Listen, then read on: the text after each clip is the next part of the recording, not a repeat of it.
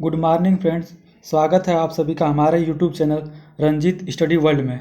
दोस्तों, आज का सब्जेक्ट है हिंदी। हिंदी व्याकरण पढ़ाया जाएगा आपको, जो पार्ट 2 है शिक्षण सीटेट के लिए। आप हमारे चैनल पर पहली बार आ रहे हैं तो रंजीत स्टडी वर्ल्ड को सब्सक्राइब कर लीजिएगा। दोस्तों, चैप्टर 1 स्टार्ट किया था मैंने, हिंदी वर्णमाला। ये दूसरा लेक्चर है उसका, तो आप पहला लेक्चर देख लीजिएगा, तभी दूसरा लेक्चर समझ में आएगा, नहीं तो नहीं आएगा। तो इससे दूसरा लेक्चर देखने से पहले आप पहला लेक्चर को आराम से देख लीजिएगा। यूट्यूब पर मैंने डाल दिया हुआ है, हिंदी का प्लेलिस्ट बना हुआ है, उसमें पड़ा हुआ है। चलिए, तो स्टार्ट करने से पहले आप बता दें, आप चैनल पर पहली बार आ रहे हैं तो हमारे चैनल रंजीत स्टडी वर्ल्ड को सब्सक्राइब कर लीजिएगा। चलिए स्टार्ट करते हैं लेक्चर नंबर 2 हिंदी वर्णमाला का। अल्प प्राण व्यंजन और महाप्राण व्यंजन पढ़ाना है आज। इसके पहले लास्ट टॉपिक था संयुक्त व्यंजन, मैंने बताया हुआ था, उसको देख लेंगे आप चैप्टर 1 में। अल्प प्राण व्यंजन एवं महाप्राण व्यंजन क्या होता है। उच्चारण के अनुसार व्यंजनों को 2 भागों में बांटा गया, अल्प प्राण, महाप्राण। उच्चारण के अनुसार, जैसे हम बोल रहे हैं, ये उच्चारण कर रहे हैं, इसके अनुसार व्यंजनों को 2 भागों में बांटा गया, अल्प प्राण, महाप्राण। अब अल्प प्राण क्या होता है, महाप्राण क्या होता है, उससे पहले प्राण क्या होता है। प्राण, हवा को संस्कृत में प्राण कहते हैं। हवा को, जैसे हम मुख से बोल रहे हैं तो हमारे मुख से जो हवा निकल रही है उसको बोलते हैं प्राण। तो हवा को संस्कृत में प्राण कहते हैं। नोट, इसी आधार पर कम हवा से उच्चारित ध्वनि अल्प प्राण और अधिक हवा से उत्पन्न ध्वनि महाप्राण कही जाती है। तो हमारे मुख से जब कम हवा उच्चारित होगा तो उसे कहेंगे अल्प प्राण। अधिक हवा उत्पन्न होगा या अधिक ध्वनि उत्पन्न होगा तो क्या कहा जाएगा, महाप्राण। आगे इसको डिटेल में समझेंगे कि अल्प प्राण व्यंजन होता क्या है। ऐसे व्यंजन जिनको बोलने में कम समय लगता है और बोलते समय मुख से कम वायु निकलती है, उन्हें अल्प प्राण व्यंजन कहते हैं। तो ऐसे व्यंजन या ऐसे वर्ड जिसको बोलने से मुख से कम हवा निकले और क्या हो, कम वायु निकले या कम समय लगता है, उन्हें क्या कहते हैं, अल्प प्राण। बोलने में कम समय और कम वायु निकलता है तो क्या कहा जाता है, अल्प प्राण व्यंजन। इनकी संख्या 20 होती है। प्रत्येक वर्ग का पहला, तीसरा और पांचवा वर्ग अल्प प्राण होता है। प्रत्येक वर्ग का पहला, तीसरा और पांचवा वर्ग हो गया, इसको कर देंगे वर्ग, ये रहेगा आपका वर्ग। तो प्रत्येक वर्ग का पहला, तीसरा और पांचवा वर्ग अल्प प्राण है सभी, और इसके अलावा सभी स्वर अल्प प्राण है। अब पहले समझेंगे वर्ग क्या होता क्या है। मैंने कल बताया हुआ था, कल के लेक्चर में वर्ग क्या होता है, तो इसको बताने से पहले हम बताएंगे जो स्पर्श व्यंजन है 25, इसको मैंने बताया हुआ था, क से म तक, इसको बोलते हैं स्पर्श व्यंजन। इनकी संख्या कितनी होती है, 25 होती है। तो इसमें बोला गया है वर्ग का प्रथम और तृतीय और पांचवा, मतलब पहला, तीसरा और पांचवा वर्ग जो ये है वर्ग इसी को बोलते हैं वर्ग। इसको बोलते हैं वर्ग, क से म तक को इसको बोलते हैं वर्ग। इसका पहला, प्रथम कालम और तृतीय कालम और पांचवा कालम, 1, 3, 5, इसको क्या कहेंगे, अल्प प्राण।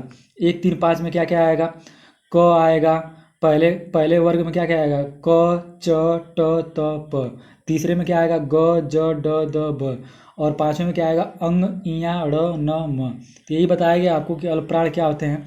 अल्प प्राण जो होते हैं, वर्ग का पहला और तीसरा और पांचवा वर्ग क्या कहलाता है, अल्प प्राण कहलाता है। ये मैंने लिखा हुआ, क वर्ग में क्या आएगा, क आएगा, ग आएगा, दूसरे को छोड़ देंगे ग, फिर तीसरा है ग, चौथे को छोड़ देंगे, पांचवा लेंगे अंग। इसी तरह च में पहला लेंगे च, दूसरा छोड़ देंगे, तीसरा लेंगे ज, और चौथा छोड़ देंगे, पांचवा लेंगे इ। ऐसे ट वर्ग में आ जाएगा ट, ड, ड़, और त वर्ग में त, द, न, प वर्ग में आ जाएगा प, ब, म। ये वर्ग का पहला और तीसरा अक्षर है। इसके अलावा और एक और इसमें जुड़ेगा, एक और वर्ग जुड़ेगा, क्या, अंत अस्त व्यंजन। अंत अस्त व्यंजन, इसको मैंने कल के लेक्चर में बताया हुआ है, अंत अस्त व्यंजन क्या होते हैं, किसको कहा जाता है। तो अंत अस्त व्यंजन 4 होते हैं, य, र, ल, व। तो इसको भी ऐड कर लेंगे। ये देखिए 15, इसको जोड़िए 5, 5, 5, ये कितना हो गया, 5, 5, 10, 5, 15, और नीचे अंत अस्त व्यंजन 4, 19। और ये अलग से लिखा हुआ है मैंने, ढ बन गया गलती से, इसको लिखेंगे अंग, लिखेंगे इसे अंग। जैसे नुक्ता होता है इसको बोलते हैं उच्छिप्त व्यंजन बोलते हैं। ये नीचे बिंदु होता है, इसको बोलते हैं उच्छिप्त बिंदु। तो इसको बना लेंगे आप, उच्छिप्त बिंदु एक अंग। इसको बोलते हैं उच्छिप्त बिंदु, ये भी एक होता है। तो टोटल कितने हो जाएगा 15 4 19 1 20। तो अल्प प्राण व्यंजनों की संख्या कितनी होती है पूछेगा तो आप बताएंगे 20। कौन कौन सा? तो आप बताएंगे वर्ग का पहला, तीसरा और पांचवा वर्ण क्या कहलाता है? अल्प प्राण कहलाता है। ये मैंने लिखा हुआ है, अल्प प्राण का पहला, तीसरा और पांचवा वर्ग क्या है? वर्ण जो है आपके अल्प प्राण है। तो ये हो गया 15 4 19 1 20। आई होप कि आपको समझ में आ गया अल्प प्राण क्या होता है। ऐसे व्यंजन जिनको बोलने में कम समय लगता है और कम वायु निकलती है उसे क्या कहते हैं? अल्प प्राण। इनकी संख्या 20 होती है। कौन कौन सा होता है? प्रत्येक वर्ग का पहला, तीसरा और पांचवा वर्ण अल्प प्राण है, और इसके अलावा सभी स्वर भी अल्प प्राण में आते हैं। तो ये आपको देख लेंगे 15 4 19 1 20। वही मैंने यहाँ पर वर्ग बना दिया हुआ है। क से मत तक किस जो वर्ड होते हैं उसको बोलते हैं वर्ग। ये क वर्ग इसको बोलते हैं, मैंने कल के लेक्चर में डिटेल समझाया, इसको आप देख लेंगे। इसको बोलते हैं च वर्ग, इसको बोलते हैं ट वर्ग, इसको बोलते हैं त वर्ग, इसको बोलते हैं प वर्ग। मैंने इसको डिटेल में समझाया हुआ है। और अल्प प्राण क्या हो जाएगा? पहला, तीसरा और पांचवा वर्ड। चलिए आगे चलते हैं। दूसरा महाप्राण व्यंजन। महाप्राण व्यंजन क्या होता है?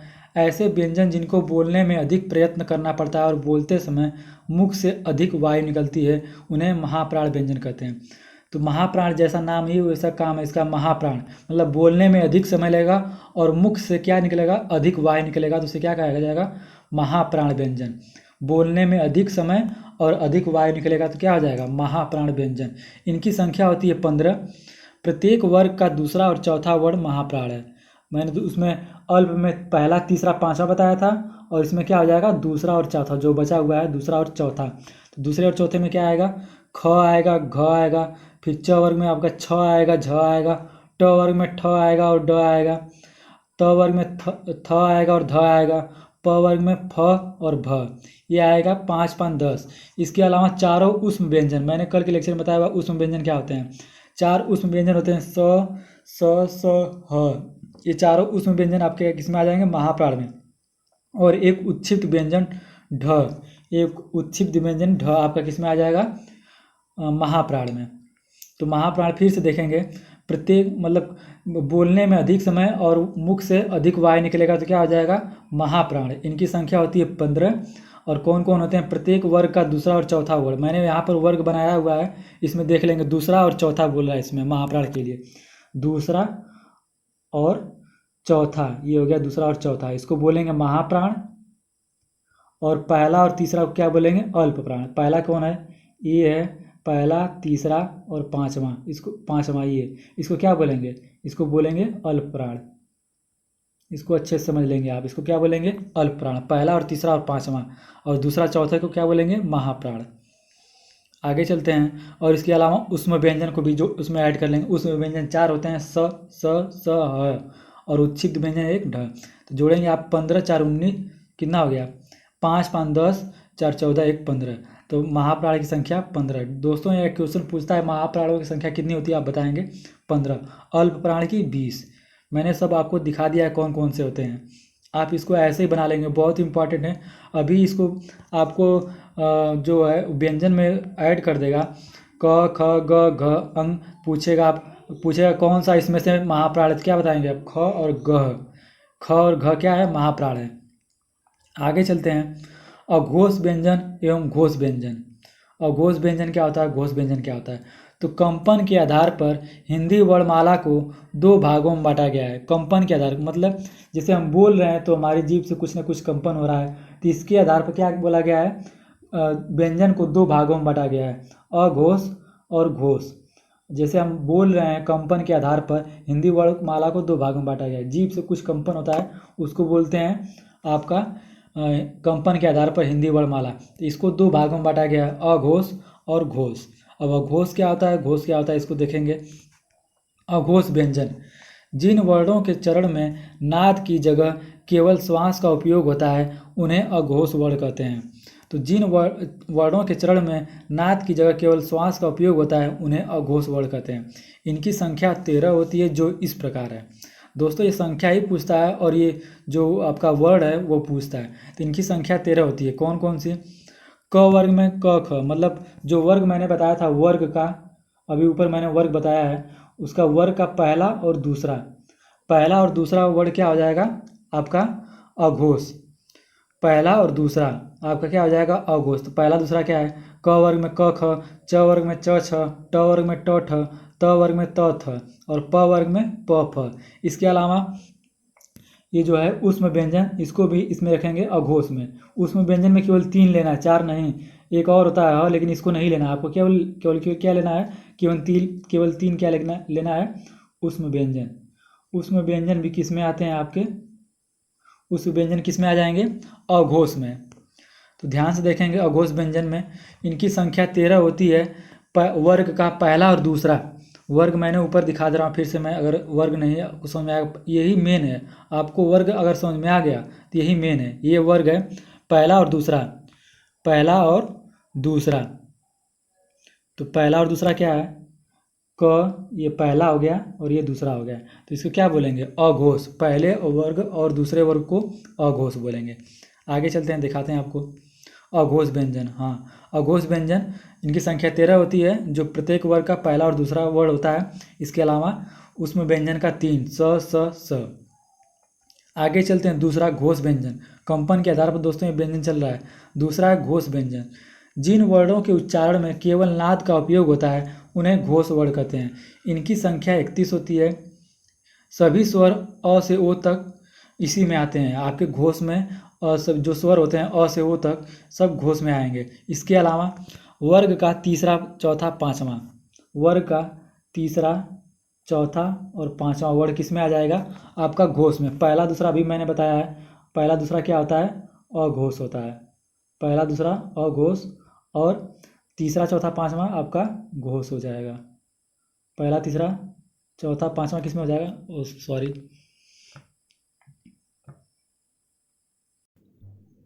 हाँ। तो आगे देखेंगे, मैं यही बता रहा था आपको कि घोष व्यंजन में क्या होता है, वर्ग का पहला, मतलब तीसरा, चौथा और पाँचवा, ये क्या है तीसरा, चौथा, पाँचवा, ये किस में आ जाएगा आपका घोष में आ जाएगा।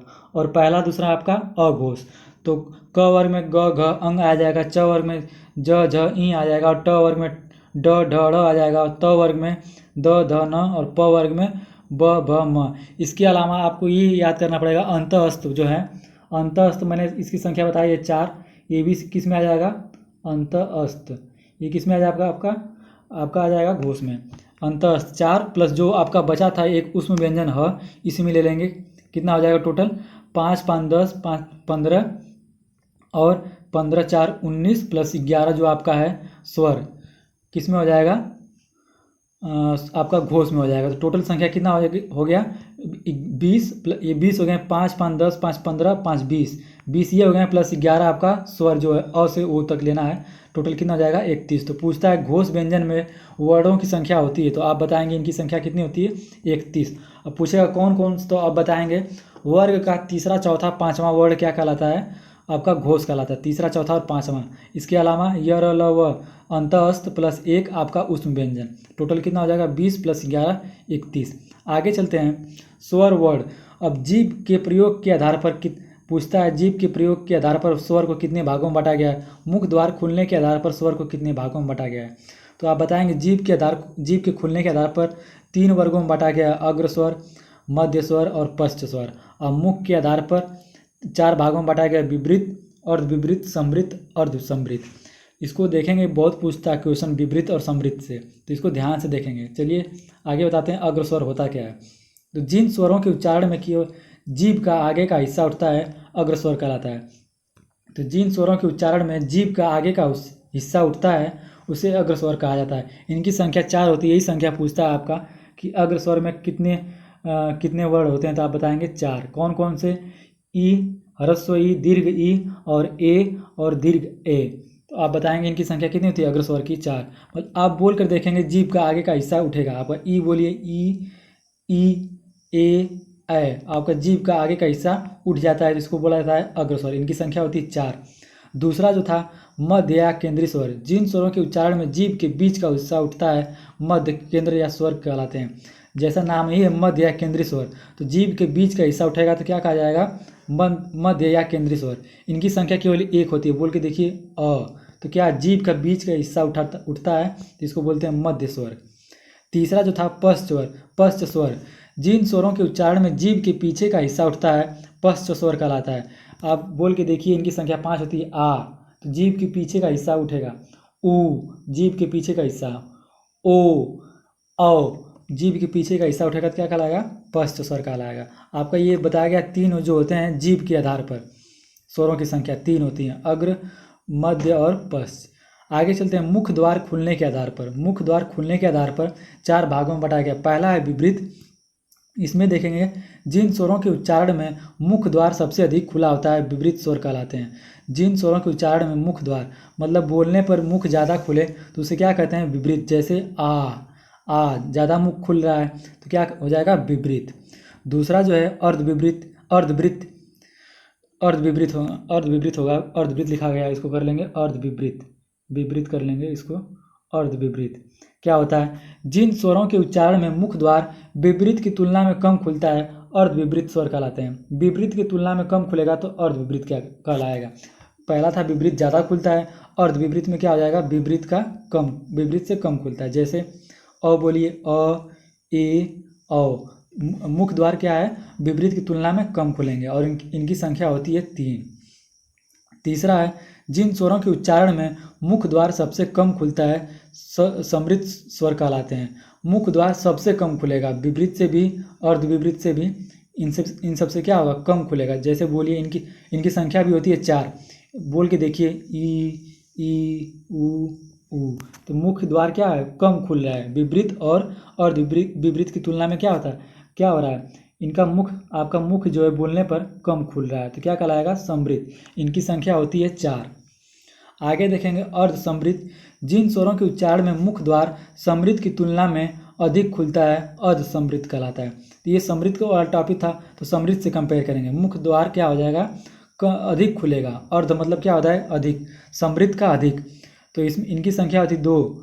ए, ओ। बोल के देखिए, आपका समृद्ध से क्या होगा? आपका थोड़ा अधिक खुलेगा।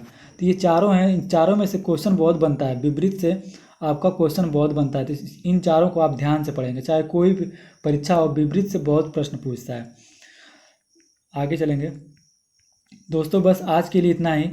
आप हमारे चैनल पर पहली बार आ रहे हैं रंजीत स्टडी वर्ल्ड को तो सब्सक्राइब कर लेंगे। और टेलीग्राम चैनल है रंजीत स्टडी वर्ल्ड, इस पर आपको सारी वीडियो प्रोवाइड कर दी जाएंगी। और आपका कोई भी क्वेश्चन होगा तो आप हमारे टेलीग्राम चैनल पर आप क्वेश्चन भेज सकते हैं, आपको आंसर तुरंत दिया जाएगा। दोस्तों, लेक्चर जो है तैयार करने में बहुत समय लगता है, तो आप थोड़ा इसको अपने दोस्तों में शेयर करिए और थोड़ा सपोर्ट करिए। और चैनल पर पहली बार आ रहे हैं रंजीत स्टडी वर्ल्ड को सब्सक्राइब कर लेंगे। दोस्तों, आज के लिए बस इतना ही। धन्यवाद।